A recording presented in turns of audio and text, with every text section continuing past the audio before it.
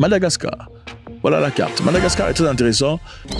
Ce qui m'énerve souvent, c'est quand on montre la carte de l'Afrique, on ne montre presque jamais Madagascar et Sao Tomé et Principe. Chose qui est complètement incohérent. Quand vous présentez vos membres de famille, vous ne cachez pas certains, n'est-ce pas, sous prétexte qu'ils sont courts de taille ou autres, n'est-ce pas? C'est absurde. La France vient de restituer le reste humain au Madagascar. Choquant, bouleversant, ce n'est jamais l'Afrique qui restitue des histoires venant d'ailleurs, c'est toujours l'Europe qui rend des histoires à hauteur des crânes, des trucs bizarres comme ça. C'est complètement incohérent. Quand la France restitue les restes humains pilés à son ancienne colonie, les crânes remis à Madagascar comprennent celui qui serait celui du roi décapité par les troupes françaises en 1897. Imaginez, vous partez dans une terre qui ne vous appartient pas. Loin, regardez la distance entre la France et Madagascar. Ils ont d'ailleurs pris les îles à part cela. Jusqu'à présent, ils ne veulent pas rentrer. Vous arrivez là-bas, vous décapitez le roi des gens. Pourquoi? Et puis vous parlez des gens qui sont sauvages. Qui sont vraiment sauvages? Ça me dépasse. Le crâne serait celui du roi malgache Toera, décapité en août 1897. À la demande de Madagascar, nous restituons 3 crânes Sakalava, dont celui du présumé roi Toera. Voilà ce qu'elle a posté sur X. À la demande de Madagascar, nous restituons. Pourquoi vous n'avez pas restitué depuis tout ce temps? C'est quoi ce fantasme de garder les parties du corps des gens? Je ne comprends pas cette histoire. Cette restitution des 3 crânes Sakalav, dont celui présumé du roi Toera, relevant des collections du Muséum national d'histoire naturelle, marque un événement historique entre la France et Madagascar. Cette cérémonie symbolise aussi l'achèvement d'un processus à la fois historique, scientifique, mémoriel entre nos 2 nations. Pourquoi il faut que Madagascar demande ça? Et ce n'est pas une nouveauté. Ce n'est pas une nouveauté. Parce que la France, jusque-là, le Musée national de l'histoire naturelle de France détiendrait plus de 23 000 crânes et parties de corps des gens venant d'Afrique dans ses collections amassées. Ça sert à quoi vous faites des collections, des parties de corps des gens? C'est quoi? Ça vous excite? Il y a une excitation. Vous venez là la nuit avec du savon. Ou comment? C'est une maladie mentale. Ce n'est pas possible. Vous voyez le pays qu'on ne cite pas. Imaginez-vous les gens du pays qu'on ne cite pas. En Allemagne aussi, il y a des têtes des héros. Les héros sont des gens qui ont été massacrés en Namibie. Le premier génocide, ils ont massacré les gens en Namibie pour les forcer leur machin histoire. Parce qu'ils ont refusé de tempérer. Ils ont des crânes des héros chez eux dans leur musée. Imaginez si on avait dans leur musée des crânes des gens du pays qu'on ne cite pas. Est-ce que ce serait acceptable? Non, imaginez seulement, même 2 crânes. Ça nous dit tout sur comment est-ce qu'on vous considère, ce qu'on pense de vous vraiment. Okay? Il n'y a aucun respect pour l'homme noir. Aucun respect. Il faut, à la demande de Madagascar, pourquoi vous n'avez pas remis ça en guise de humanisme? Monsieur Macron qui dit dans l'objectif de s'excuser, de trouver un pardon auprès de Malagasy. Il va retourner les histoires. En 2020, il a décidé de retourner ces histoires. En 2020, Paris a restitué à l'Algérie des crânes de 24 combattants de la résistance, pris comme trophée de guerre, après des années de pression de la part d'historiens algériens. Donc il fallait que les Algériens mettent la pression pour que la France décide de rapatrier les 24 crânes d'Algériens. En Algérie, on a fait beaucoup d'histoires négatives. Vous savez, l'histoire de la France en Afrique et beaucoup d'endroits dans le monde n'est pas une histoire de fleurs. Pas du tout. Beaucoup de gens ont souffert, beaucoup de gens ont péri, beaucoup de gens ont été humiliés. En Algérie, les femmes ont été prises de force à plusieurs reprises et celles qui refusaient étaient exécutées en Algérie. Ah oui, en Algérie même, après la Deuxième Guerre mondiale, la France a effectué des tests après avoir massacré des Berbères. Après avoir massacré des centaines de milliers de Berbères, qu'est-ce qu'ils ont fait? Ils ont conduit des tests nucléaires. Après la Deuxième Guerre mondiale, l'objectif c'était quoi? La France voulait aussi une bombe atomique. Les États-Unis d'Amérique et l'Angleterre n'étaient pas d'accord. Ils ne pensaient pas qu'il était essentiel que la France obtienne sa propre bombe atomique. Parce qu'eux voulaient pourvoir la défense pour la France. Ils voulaient donner la défense nécessaire pour les Français. Ils voulaient protéger les Français. En cas de difficulté, on va vous protéger. Mais la France ne voulait pas. Avec le général de Gaulle, ils ont fait tout ce qu'ils voulaient. Ils ont trouvé des ingénieurs, des scientifiques. Il y a un monsieur du pays qu'on ne cite pas aussi, qui était parmi ces gens-là. Ils sont partis conduire des tests. Ils ont conduit des tests où? C'était pas en France, en territoire français, c'était en Algérie qu'ils ont conduit des tests de bombes atomiques. Ah oui, dans le pays des gens, c'est là-bas qu'ils ont bombardé pour voir comment cette histoire fonctionne. Des tests souterrains, des tests machin histoire. Et en fin de compte, l'Algérie a demandé la liste d'endroits où ils ont conduit ces tests. Comme ça, ils vont avoir un map, c'est-à-dire une carte pour éviter ces endroits. La France n'a pas donné cette liste. Parce que vous savez comment ça se passe avec la bombe atomique. Hiroshima, Nagasaki a fait beaucoup de dégâts au Japon. Jusqu'à aujourd'hui, des Japonais font des enfants avec 3 pieds, 4 jambes, 5 têtes. C'est à cause d'Hiroshima et Nagasaki. L'Algérie a demandé, donnez-nous la carte de là où vous avez effectué cet événement. La France a refusé. Aujourd'hui, il y a un balance entre France et Algérie. Les gens disent que non, vous racontez des histoires contre la France, des discours anti-français. Ce n'est pas des discours anti-français. L'histoire même est anti-française. C'est dans l'histoire que la France a fait en Afrique. Et Macron a raison de dire qu'il faut s'excuser. Il faut chercher un moyen de se faire pardonner. Parce que lui-même, je pense, après avoir raconté son histoire récemment, où il demande aux Africains d'être reconnaissants. Nous avions une relation sécuritaire. Elle était de deux natures, en vérité. Il y a une partie, c'était notre engagement contre le terrorisme depuis 2013. On avait raison. Je crois qu'on a oublié de nous dire merci. C'est pas grave, ça viendra avec le temps. L'ingratitude, je suis bien placé pour le savoir, c'est une maladie non transmissible à l'homme. Les Africains doivent être, l'Afrique doit être reconnaissant de ce que... je sais pas. Il y a eu certains présidents africains qui ont réagi disant mais c'est la France qui doit être reconnaissante, parce que si l'Afrique n'était pas présente, la France serait toujours une colonie allemande, peut-être aujourd'hui en 2025, avec tous les Africains qui sont partis combattre au nom de la France, les colonies françaises en Afrique, les tirailleurs sénégalais, qui en fin de compte ont été déçus, au lieu de recevoir leur pitance, ils ont été massacrés. Comment vous pouvez garder le crâne de quelqu'un pendant 200 ans? C'est une maladie mentale, ce n'est pas possible. Pourquoi? Et à la demande de Madagascar, pourquoi vous attendiez que Madagascar vous rende ces crânes? C'est quoi ces sentiments bizarres là? C'est l'érection, c'est quoi que vous avez quand vous regardez ces histoires? Faites-moi savoir ce que vous en pensez, c'est toujours avec beaucoup de plaisir. Respect à Madagascar et aussi les îles éparses. Il faut les rendre, ces îles-là appartiennent à Madagascar. L'appartenance des îles éparses est une question d'identité nationale. Je demande solennellement et officiellement à Monsieur le Président de trouver une solution pour la gestion ou la restitution des îles éparses à Madagascar. Pourquoi c'est quoi cette histoire? Regardez la France, où se trouve la France. Comment ces îles ici peuvent vous appartenir? Et on parle de justice. Quelle justice? Mais on veut attaquer l'Ukraine, la Russie en Ukraine, disant la Russie est en train de faire des choses. Mais les îles éparses aussi, vous faites les mêmes histoires. Le Niger vient de menacer l'Europe dans une histoire inouïe de visa. Le Niger exige aux Européens de se comporter d'une façon très spécifique pour avoir un visa au Niger. Incroyable. Dans la vie, il faut savoir se faire respecter. Et quelquefois dans la vie, comme je le dis, quand vous envoyez un message à une personne et qu'elle vous répond après 4 heures du temps, sciemment, 1 fois, 2 fois, 3 fois, 1 fois, on peut comprendre peut-être quand il y a quelques difficultés. On est tous très occupés 2 fois. Mais 2 fois, 3 fois, 4 fois, vous remarquez que la suite est toujours soit 4 heures ou 6 heures. Peut-être que quelquefois, quand on vous répond après 6 heures, vous répondez après 8 heures ou 10 heures. Question de rétablir le respect. Parce que voilà, naturellement, c'est l'homme qui apprend aux hommes comment le traiter. Le respect ne vient pas naturellement, ne vous en faites pas. Le respect, si elle paraît venir naturellement, c'est parce qu'on a été impressionné par quelque chose. Mais aussi, tôt qu'on vous approche, on réajuste le niveau de respect qu'on vous accorde par rapport à votre comportement. Donc, il faut que l'homme sache comment se faire respecter. Quelquefois, vous appelez une personne, elle ne vous répond pas. Vous appelez encore, elle ne vous répond pas. Dépendamment de vos relations, évidemment. Si c'est une personne importante, il faut rappeler. Ne vous en faites pas. Non, il ne faut pas écouter ça. Mais si c'est une personne, juste pour papoter tout le bazar, elle ne vous répond pas, des fois, il faut le laisser dormir. Si ce n'est pas vraiment un pote. Si c'est un pote, alors dans ce cas, il faut s'inquiéter pour savoir s'il va bien. Mais si ce n'est qu'un type qu'on a rencontré à l'école, des fois, on discute sur des trucs, machin, et ne vous répond pas, on ne répond pas du tout pour établir le respect. Eh bien, nous sommes dans ce contexte, au Niger. Voilà le Niger. Beau pays, très intéressant, un beau peuple. Le Niger menace l'Europe. Pourquoi? Selon une note importante interne, la diplomatie nigérienne, les ressortissants de plusieurs pays d'Europe qui souhaitent se rendre au Niger désormais vont devoir aller soumettre leur demande de visa dans des pays spécifiques. Ok? Ce n'est plus n'importe où, dans des pays spécifiques. Les Européens qui veulent partir au Niger doivent soumettre leur demande de visa dans des pays spécifiques. On parle ici de quoi? Moscou, Ankara, Genève, Russie, Turquie, Suisse. Donc, pays spécifiques. Vous êtes allemand, vous êtes portugais, vous êtes espagnol, bien qu'il y ait évidemment des consulats et des ambassades nigériennes dans ces pays, vous n'irez plus là-bas. Il faut aller à Moscou ou à Ankara ou à Genève. Pourquoi? On se pose la question.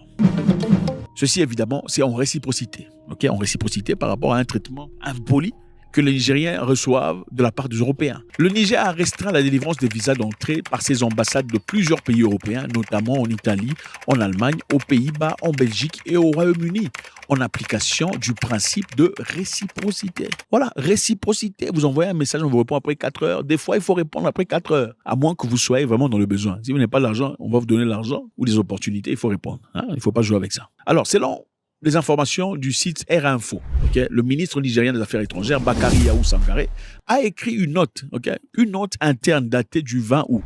C'était clair. Et il voulait expliquer que les ressortissants nigériens rencontraient des difficultés au Niger. C'est-à-dire, quel genre de difficultés? Un Nigérien qui veut, par exemple, partir en Europe, afin d'obtenir son visa, était incapable de l'obtenir depuis le Niger. Ils sont obligés de partir ailleurs, c'est-à-dire obligés de partir dans les pays voisins pour aller faire une demande de visa. Pourquoi? Parce que, je vous rappelle ici, que la France était celui qui délivrait les visas de l'Europe, en tout cas de l'espace Schengen, à partir du Niger. C'est comme ça qu'ils ont fait depuis un temps. Les pays européens, dans l'espace Schengen, ont décidé d'assigner un pays étant celui qui attribue ou qui délivre les visas selon le pays où on se trouve. Et au Niger, il s'agissait de la France. Et beaucoup de personnes pensent que c'est peut-être parce que le Niger et la France ont une relation longue, une relation complexe. Le Niger étant une colonie antérieure de la France. Donc la France gère les dossiers du Niger. Alors, depuis 2023, quand le général Tiani et son groupe sont venus au pouvoir, la France et le Niger ne sont pas en bons termes. On le sait très bien. On avait invité l'ambassadeur français de venir tenir une réunion avec le nouveau gouvernement. Une réunion qu'il a snobée par orgueil et mépris. Ensuite, on lui a demandé de quitter le territoire. La France a répliqué en disant, à travers le Quai d'Orsay, qu'on ne reconnaissait pas le général Tiani et son groupe et qu'on reconnaissait M. Mohamed Bazoum en tant que président démocratiquement élu. On a un homme intègre, démocratiquement élu, courageux parce que pour la première fois dans un tel cadre, il ne démissionne pas au péril de sa vie et de celle de sa famille. Et on nous explique que la bonne politique aujourd'hui, ce serait de le lâcher. Parce que c'est devenu à la mode. Parce qu'en fait, il faudrait produire local maintenant, même quand ce sont des putschistes. Et de Washington, en passant par d'autres capitales européennes, j'ai entendu des voix, j'ai écouté des journaux, j'ai lu des tribunes qui nous expliquaient « N'en faites pas trop, ça devient dangereux. Ça devient dangereux. » Non, on doit être clair, cohérent. Cohérent. Sinon, qui nous écoutera? Dans quelle capitale africaine on peut dire qu'on a une politique de partenariat avec un dirigeant si quand ils subissent là, on ne peut pas être en soutien? Donc je pense que notre politique est la bonne. Elle repose sur le courage du président Bazoum, sur l'engagement de nos diplomates, de notre ambassadeur sur le terrain, qui reste, malgré les pressions, malgré tout, et malgré toutes les déclarations d'autorité illégitimes, grâce à l'engagement de nos forces de sécurité intérieure et de nos militaires. Maintenant, il faut être clair, nous ne sommes pas engagés, et il ne faut pas céder à un narratif utilisé par les putschistes qui consisterait à dire « notre ennemi est devenu la France ». Le problème des Nigériens aujourd'hui sont des putschistes qui les mettent en danger parce qu'ils abandonnent la lutte contre le terrorisme, parce qu'ils abandonnent une politique qui était bonne économiquement pour eux et qui sont en train de perdre tous les financements internationaux qui étaient en train de leur permettre de sortir de la pauvreté. C'est ça la réalité. Et si on ne le dit pas nous avec courage, qui le dira? Donc nous devons poursuivre cette politique avec fermeté, sortir des mensonges et des facilités. Et donc notre politique est simple. On ne reconnaît pas les putschistes. On soutient un président qui n'a pas démissionné, aux côtés duquel nous restons engagés. Et nous soutenons l'action diplomatique, et quand elle le décidera, militaire, de la CEDEAO, dans une approche de partenariat, qui est celle que j'ai présentée en février dernier. Et c'est à partir de là que ça a commencé. Et depuis lors, comme les Européens généralement, se rangent toujours derrière un autre Européen. S'il s'agit ici d'un conflit contre un pays européen et un pays étranger, les Européens ont fait idem. Okay? Ils se sont alliés à la France, dans ce cas, et ont compliqué les choses vis-à-vis du Niger et aux ressortissants nigériens. Dans ce cas, pour avoir un visa, pour aller en Allemagne, il faut passer à travers l'ambassade de la France, mais les choses ont compliqué la relation entre la France et le Niger et au South. Le Niger avait rappelé son ambassadeur, vous connaissez l'histoire. Alors maintenant, c'est la population qui en subit les conséquences. Et dans ce cas, le gouvernement nigérien s'est dit c'est inacceptable. C'est nous, le gouvernement, qui avons un problème avec vous. Ce n'est pas la population. Dans ce cas, puisque vous rendez la tâche difficile à notre peuple, on verra ce qu'on va faire de votre part. On va réciproquer. Le ministre des Affaires étrangères nigérien, Bakari Yahou Sangaré, a aussi écrit une lettre adressée aux ambassades européennes à Niamey. Il a envoyé des lettres aux ambassades disant, écoutez, qu'est-ce qui se passe? Il faut délivrer les visas localement. Ou comment? Délivrer les visas? Mais la lettre est partie sans suite. Sans suite, évidemment, comme le comportement de l'ambassadeur passé, quand on l'a appelé pour avoir une réunion. Sans suite, on l'a snobé. Alors c'est à partir de là qu'on a pris la décision a été prise. Désormais, les ambassades du Niger à Genève, à Ankara et à Moscou sont les seules ambassades autorisées à délivrer les visas d'entrée au Niger aux ressortissants des pays ci-après. Donc on parle ici de l'Italie, Pays-Bas, République fédérale d'Allemagne, Royaume-Uni, Belgique et tout le bazar. Bravo ou pas? Allez, Pigama Kofi, allez. Je pense que ici on ne tape pas les mains parce qu'il y a un problème, on tape les mains parce qu'il y a un respect personnel. Il y a un niveau de respect personnel. Il faut se faire respecter. Et c'est ça dans la vie. L'ambassade du Niger à Bruxelles est toutefois habilitée à délivrer de visas des demandeurs, des détenteurs de passeports diplomatiques. Là, à Bruxelles, on peut le faire. Les États-Unis d'Amérique veulent rentrer dans le Sahel dans une coopération effrénée, comme jamais dans le passé. Oui, les États-Unis de Donald Trump souhaitent renouer le lien commercial avec les pays du Sahel. On parle ici du Niger, Burkina Faso et le Mali. C'est chaud, c'est effréné, c'est bouillissant. Pourquoi? Parce qu'il faudra essentiellement prendre une décision. Choisiront-ils la Russie qui a été fidèle jusque-là, ou les États-Unis d'Amérique de peur qu'ils ne subissent des conséquences plus graves? Une histoire très intéressante à suivre. Les amis, les États-Unis d'Amérique souhaitent renouer les liens commerciaux avec le Sahel. Incroyable, n'est-ce pas? Incroyable. Qu'est-ce qui va se passer? Les États-Unis d'Amérique n'aiment pas partager, on le sait. Okay? Dans ce cas, ça voudrait dire que le Sahel va devoir tourner son dos à la Russie. La Russie qui, dans ce cas, a été un ami fidèle, un ami loyal. Est-ce faisable ou pas? Qu'est-ce qui va se passer? Les dangers sont que l'histoire nous enseigne, à chaque fois qu'on tourne le dos aux États-Unis d'Amérique, il y a toujours des histoires intéressantes qui se passent. Dans l'arrivée de Donald Trump à la Maison-Blanche, les États-Unis ont radicalement changé l'approche à l'égard du Sahel. Fini l'aide au développement et l'USAID, place au commerce. Washington mise désormais sur l'accès aux ressources minières du Niger. Bon, nous savons que déjà, au Niger, on avait renvoyé les Américains. Vous vous en souvenez? On a renvoyé les Américains, on leur a demandé de quitter. Ce retrait ne signifie pas la fin de la coopération militaire entre les deux pays. En effet, les deux parties s'engagent désormais à maintenir le contact et à travailler ensemble pour définir les bases d'une nouvelle coopération militaire. Ces 10 dernières années, l'armée américaine a entraîné les soldats nigériens et soutenu les missions antiterroristes contre les groupes terroristes, État islamique et Al-Qaïda dans la région. Il y avait ce monsieur qui a fait une réaction très brutale. Le gouvernement du Niger utilise le bien-être et la santé de nos militaires comme moyen de pression pour obtenir ce qu'il veut de notre gouvernement. Nos troupes ne reçoivent pas de médicaments contre le paludisme, le cholestérol, l'hypertension ou pour des maladies chroniques. Et j'ai reçu des lettres des épouses, des pères, des personnes qui sont actuellement au Niger. Et ils disent « Nous savons que nos proches sont victimes d'extorsion de la part des gouvernements locaux lorsqu'ils essaient de partir, qu'on leur demande des centaines de dollars rien que pour faire passer un sac à l'aéroport. Nous savons que les Russes sont derrière les barbelés. » Vous savez ce qu'un vrai président américain ferait? Il dirait que des C-130 sont en route vers le Niger aujourd'hui avec l'eau, les médicaments et la nourriture dont nos troupes ont besoin, qu'ils seront escortés par des pilotes de chasse tout au long du trajet et que si le gouvernement nigérien ou n'importe quel autre tyran du tiers-monde essaie ne serait-ce que d'allumer ces systèmes de défense aérienne, nous devrions montrer à ces dirigeants et à ces voyous à quoi ressemble le plan de ciblage sur leurs maisons et leurs proches, parce qu'il n'est pas normal que des Américains souffrent simplement parce que le président Biden et Blinken sont tellement embarrassés par l'échec de leur stratégie en Afrique qu'ils sont prêts à laisser la situation des Américains se détériorer. Ils sont prêts à laisser nos conjoints de militaires et les membres de leur famille se demander ce qu'il adviendra de leurs proches, avec leur tension artérielle qui monte et sans médicaments pour la faire baisser, ou à s'inquiéter de ce qui va se passer maintenant que nous sommes en mai et qu'il n'y a pas assez de médicaments contre le paludisme. Nous devrions toujours garder le bien-être de notre peuple au premier plan de nos préoccupations. Et aujourd'hui, nous devrions réapprovisionner nos troupes au Niger, en Afrique, et nous devrions défier ces voyous et criminels d'essayer de nous perturber pendant que nous faisons cela. C'est une honte totale.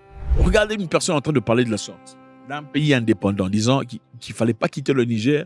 Il a fallu envoyer des avions pour bombarder ces gens. C'est incroyable. Mais dans ce cas, Donald Trump ne compte pas ramener l'aide alimentaire et l'aide USAID qui était évidemment déployé au Niger dans le passé. Ils veulent venir dans le cadre de commerce. Les États-Unis souhaitent refaire surface au Sahel après avoir suspendu l'aide. Okay? L'aide était suspendue, il y avait l'aide au développement, il y avait aussi la coopération militaire qui était suspendue. Vous vous souvenez, à l'arrivée des Russes au Niger, il y avait des militaires américains qui étaient stationnés. Ils avaient leur aérodrome ou aéroport où ils ont beaucoup investi dans l'objectif de faire la surveillance, les renseignements avec des drones contre les terroristes. À l'arrivée du général Tiani, on a demandé à ce que les Russes viennent sur place. Ils ont aussi occupé des hangars sur place, au même endroit que les Américains. Nous sommes ici pour former l'armée du Niger, pour aider en utilisant le matériel militaire arrivé ici. Nous sommes ici pour développer la coopération militaire entre la Russie et le Niger. Et ça a été très inconfortable. Maintenant, Washington veut venir. Washington revendique une approche différente. Donc, une approche de respect et de commerce et pas de l'aide. Selon le mot d'un responsable du département de l'État. Ce n'est pas une question d'aide. On ne vient pas vous aider parce que vous êtes pauvre. On vient pour coopérer. De quoi s'agit-il? Et les amis, l'objectif est clair. Il s'agit ici d'abord, numéro 1, de sécuriser l'accès aux ressources minières stratégiques que produisent le Mali, le Burkina Faso et le Niger. Okay. Les États-Unis sont en quête des ressources stratégiques, c'est clair. On parle ici du lithium, de l'uranium, de l'or et de toutes les richesses qui sont possibles. Rare Earth, très important dans la création des missiles, des radars, des technologies avancées, tout le bazar. Okay, c'est un positionnement impératif. Généralement, on vient gentiment. Si gentiment, ça ne fonctionne pas, on crée, vous savez comment ça se passe. Qu'est-ce qui va se passer pour l'interrogation? Numéro 2. Il y a une rivalité géopolitique. Okay, il faut un repositionnement parce que les États-Unis réalisent la présence permanente de la Russie et de la Chine qui sont très impliqués dans le commerce, dans l'agriculture, dans l'armement, dans les mines et tout le bazar. Les États-Unis doivent se situer, ils doivent se placer géopolitiquement et c'est nécessaire pour eux. On leur a demandé comment vous allez faire avec la présence des Russes. Le représentant diplomate américain a dit leur souhait n'est pas de chasser les Russes. Ils sont OK, il n'y a pas de souci. On ne forcera pas au Niger, au Burkina Faso, au Mali de choisir. C'est-à-dire ils veulent coopérer, ils veulent travailler. Et dans ce cas, le Mali, Burkina Faso et Niger ne peuvent pas dire non parce qu'en disant non ouvertement, c'est comme une déclaration de conflit sans vraiment le dire. Okay? Donc il faut dire un oui, mais un oui conditionné à sorte qu'il y ait protection de souveraineté. Il faut comprendre une chose, les États-Unis n'aiment pas partager. Mais dans ce cas, pourquoi on partagerait? C'est un principe simple, un principe qu'on nous a appris très jeune. C'est comme si vous voyez une jeune fille qui a un petit ami et vous êtes intéressé par elle. Ce qu'on nous a dit, la première chose, c'est quoi? Quand tu t'intéresses à une fille qui a quelqu'un dans la vie, la première chose, c'est quoi? Si elle te dit pas qu'elle a quelqu'un, ne lui pose pas la question de savoir si elle a quelqu'un dans la vie. Parce que si elle avait vraiment quelqu'un dans son cœur, elle te dirait j'ai quelqu'un dans ma vie. Si elle te dit pas qu'elle a un homme, faut pas, tu as quelqu'un, il faut pas poser la question. C'est ça. Deuxièmement, si elle dit finalement j'ai quelqu'un et que tu es l'un de ces hommes qui soit persistant dans cette histoire, qu'est-ce qu'il faut faire? Dans ce cas, il faut lui dire, écoute, je comprends tout à fait, avec tout le respect, je ne cherche pas à le déplacer du tout. Moi, je cherche à créer une amitié avec toi, on va faire connaissance, c'est tout. Ça, en tout cas, avec tout le respect possible, je respecte ce que vous avez. Pourquoi? Essayons de toucher un point faible. Espérons que la fille soit une fille de bas étage qui dise finalement, OK, il n'y a pas de souci, on peut être amis et profiter à travers cette amitié.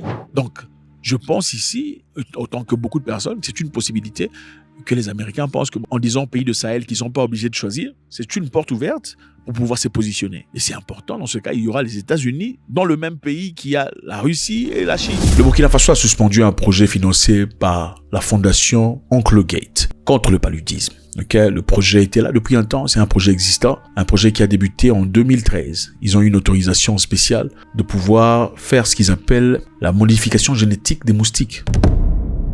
En effet, le projet a pour objectif d'éteindre le nombre de moustiques au Burkina Faso et en Afrique en général. Pourquoi? Parce que Oncle Gate trouve que les Africains souffrent beaucoup. Leur mort est injustifiée par ces histoires qui peuvent être facilement gérées. Alors, Oncle Gate a décidé de financer à hauteur de 65 millions de dollars un projet au Burkina Faso à travers lequel on va génétiquement modifier la nature des moustiques pour pas qu'ils transmettent le paludisme.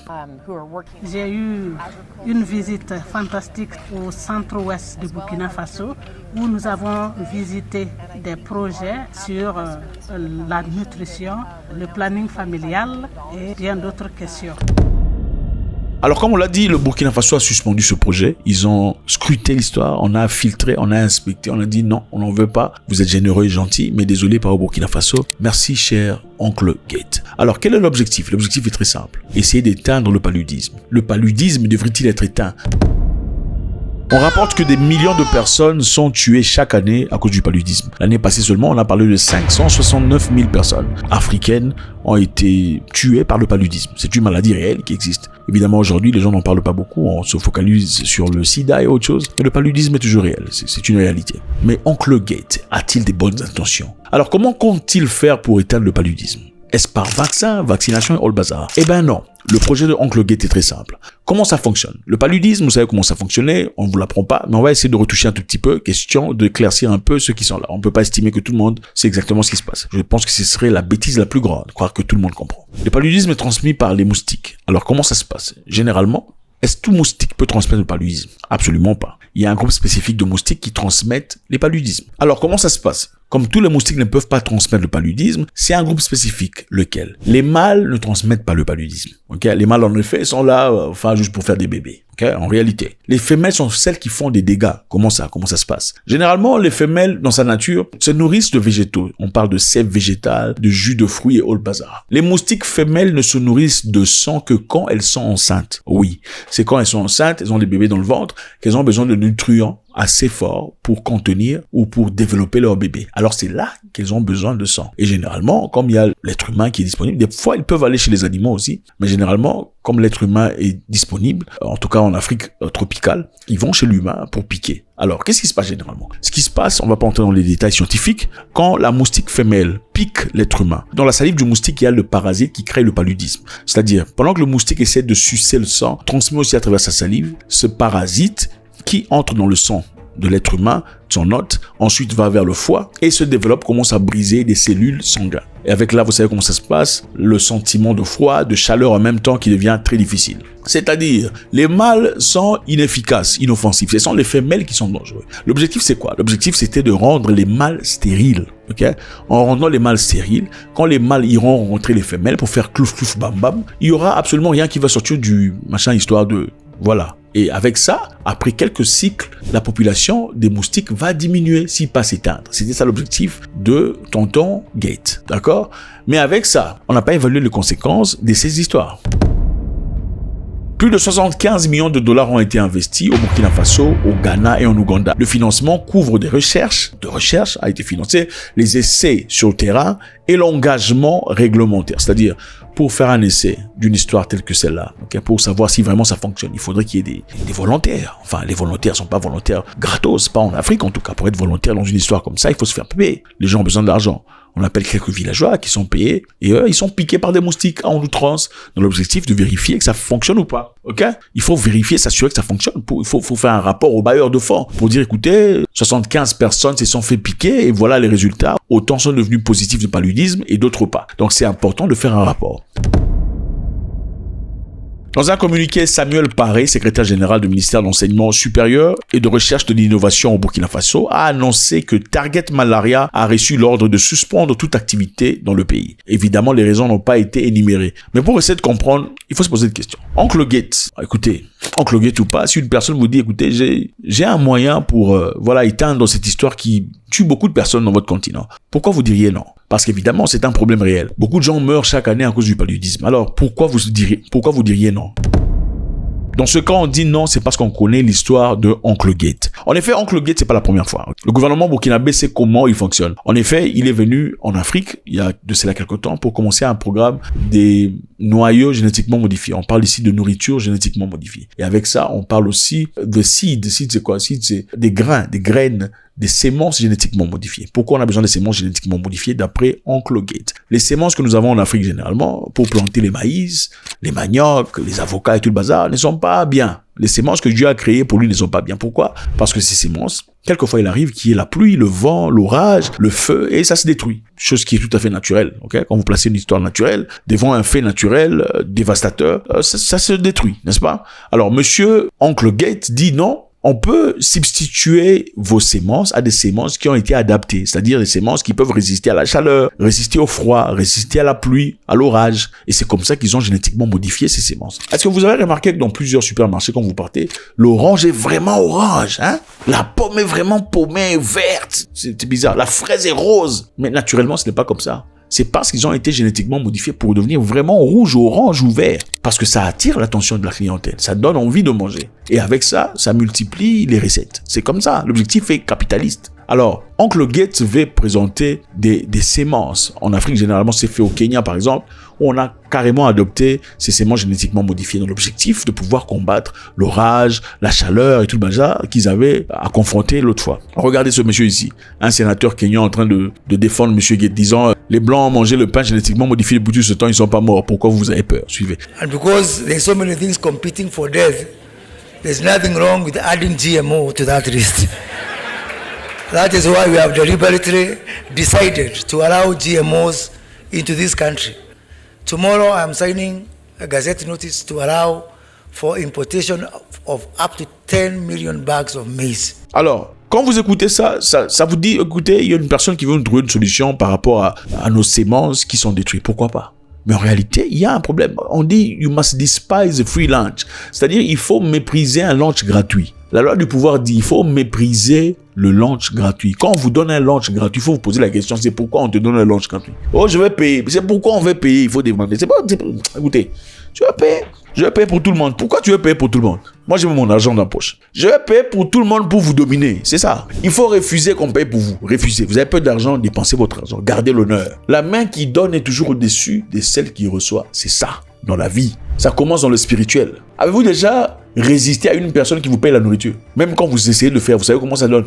Ah, il vous nourrit. Ok? Il y a des gens qui vous payent à manger, ils payent votre plat. Pendant que vous sortez manger, il va raconter aux gens en disant, ah, moi je l'ai nourri, ce gars. Oui, c'est ça. Il faut refuser le lunch gratuit.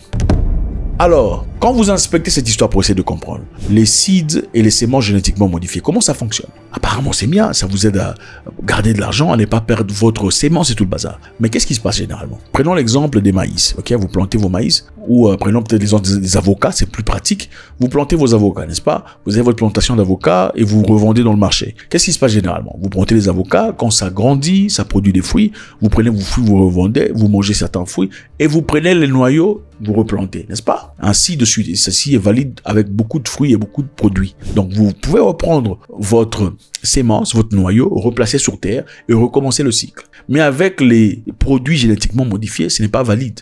Qu'est-ce qui se passe? Vous produisez une fois, dès que vous avez vos avocats, si vous prenez les noyaux pour replanter, ça ne pousse pas. Parce que ça a été génétiquement modifié. Qu'est-ce qu'il faut faire? Il faut rentrer chez Tonton Gates ou aller voir ses amis et contributeurs pour aller acheter. C'est-à-dire, monsieur Tonton Gates qui était venu au départ comme sauveur, comme machin histoire, finalement vous transforme, vous sort de l'état naturel d'où vous étiez, bénéficiant des éléments venant du créateur et vous donne des éléments qui ont été génétiquement modifiés et vous transforme en subscriber, follower. Vous êtes souscrit à son programme. C'est-à-dire, c'est lui qui décide si vous allez planter ou pas. Donc, si vous ouvrez la bouche, il refuse de vous donner les semences. Vous faites quoi? Et ces pays, nous parlons ici du Kenya et la Tanzanie. D'ailleurs, il y a une loi qui a déjà été votée dans ces deux pays. Disons, si vous prenez vos semences, vous donnez aux voisins, ok, comme cadeau, vous allez en prison. Si vous n'allez pas en prison, vous payez $20,000, à hauteur de $20,000 pour sortir. C'est ça le programme de Tonton Gates. Donc, avec le temps, il veut généraliser ce système. Petit à petit, éteindre le système naturel qui a été établi par le créateur. C'est ça l'objectif. Pourquoi ils veulent commercialiser de sorte à ce qu'ils aient, vous comprenez, l'autorité sur le manger de tout le monde. C'est eux qui contrôlent la bouffe. C'est eux qui contrôlent la chaîne alimentaire, en fin de compte. C'est-à-dire, le danger est celui-ci. Il n'y a pas que le fait qu'on puisse changer des semences. Il y a aussi le fait que même si vous décidez de garder vos semences naturelles, si votre voisin a des semences génétiquement modifiées, qu'est-ce qui se passerait dans ce cas? Ce qui se passerait, c'est la contamination. Comment ça? Les semences de votre voisin qui ont été génétiquement modifiées, il y a la polarisation. Les pollens qui quittent sa sémence et vont dans ton champ à toi, transforme l'état nature sur le plan génétique. C'est-à-dire, en fin de compte, même si tu as protégé tes plantes à toi, pour pas que tu insères quoi que ce soit de non naturel, la sémence du voisin, si tu es dans le périmètre, dans le parage, en fin de compte, va empoisonner, si pas contaminer ta sémence. Donc, ta sémence sera une sémence zombie. Et en fin de compte, tu seras plus capable, même toi-même, de pouvoir replanter les produits que tu as. Il faudra partir chez monsieur Tonton Gate, parce qu'il a l'amour pour les Africains. Ok, ça fait partie des controversies, des choses inacceptables par beaucoup de personnes en tout cas, qui ont été faites dans le passé. Et beaucoup de personnes estiment, ce sont les raisons pour lesquelles, l'une des raisons en tout cas pour lesquelles, le Burkina Faso rejette fermement ces histoires. La fondation de Tonton Gates, principal bailleur de fonds de Target Malaria, a déjà été au centre de polémiques concernant certaines de ses initiatives. Des groupes de défense l'accusent de promouvoir la culture génétiquement modifiée et les modèles agricoles industriels qui bénéficient aux grandes entreprises tout en marginalisant les petits agriculteurs. Bon, maintenant, on peut parler comme on veut, mais je voulais jeter un coup d'œil, puisque je ne suis pas un expert en agriculture, sur ce que pense l'intelligence artificielle par rapport à l'amour de Tonton Gates, n'est-ce pas? Alors, quels sont les potentiels risques de ce que monsieur Tonton est en train de faire par rapport aux moustiques? ChatGPT parle de conséquences écologiques imprévues. Donc, il y a des possibilités que les moustiques changent. ChatGPT dit que les moustiques font partie des réseaux alimentaires complexes. Leur suppression ou modification pourrait impacter les prédateurs comme chauves-souris, oiseaux et autres espèces. C'est-à-dire, généralement, des fois, on pense que certains animaux ou certains insectes ou certaines histoires sont sur Terre pour rien. En réalité, ce n'est pas vrai. Les abeilles, par exemple, vous voyez les abeilles passer. J'ai vu une personne en Afrique dire pourquoi les abeilles existent, pourquoi Dieu a créé les abeilles. Vraiment, c'était quelle invention? Parce qu'il avait été piqué. Ne comprenons pas comment l'écosystème, comment l'agriculture même fonctionne, comment les choses grandissent, croissent grâce aux abeilles. L'abeille joue un rôle très important. Si vous tuez les abeilles, on va mourir très vite. Beaucoup de gens ne le savent pas. Allez faire vos propres recherches pour comprendre combien l'abeille est très importante. C'est vrai, il m'est arrivé aussi à moi de me poser des questions de savoir, les moustiques, ça existe pourquoi en fait? Mais en réalité, ChatGPT dit à une raison évidente, si vous changez, altérez la nature de ces moustiques, que le monde subisse des conséquences graves. ChatGPT pense que la modification génétique pourrait se répandre au-delà des espèces ou des zones ciblées avec effet irréversible et imprévisible. C'est-à-dire, ces moustiques, leur nature va changer. Et leur nature changera, pas seulement avec eux, ça changera avec autre chose. Mais vous ne savez pas jusqu'à où ça va changer. Et qu'est-ce qu'il y aura comme conséquence? Que les moustiques ou les parasites du paludisme pourraient développer une résistance aux modifications, ce qui compromettrait l'efficacité à long terme. Donc, les moustiques qui seront modifiquement génifiés ou génétiquement modifiés, en fin de compte, excusez-moi, développeront une résistance, pas seulement à leurs tentatives, mais aussi aux produits médicinaux qui existent aujourd'hui. C'est-à-dire, vous altérez sa nature. Ce n'est plus la même histoire. Pourquoi vous voulez changer la vie? Félicitations au Burkina Faso ou quoi? Pour avoir résisté. Enfin, écoutez, en Afrique, généralement, on accepte des bêtises pour l'argent. Les Africains cherchent n'importe quoi, ils accepteraient n'importe quoi pour de l'argent. Au Kenya, le sénateur qu'on vous a montré longtemps le dire, oh, d'ailleurs, les Blancs mangent ça, Bill Gates, il mange ça. Si Bill Gates mange ça, toi, tu es qui pour ne pas manger ça? Tu penses qu'il a dit ça gratos? Non, il a été payé. Il a été payé. Les Africains vont vendre leurs frères pour l'argent. C'est incroyable. Faites-moi savoir ce que vous en pensez. C'est toujours avec beaucoup de plaisir. Nous savons très intelligents. Est-ce que vous pensez que le Burkina Faso est en train de faire quelque chose de très important ici? Ou bien ils sont simplement en train de renvoyer loin d'eux une belle opportunité qui leur a été présentée par une personne philanthrope? God bless.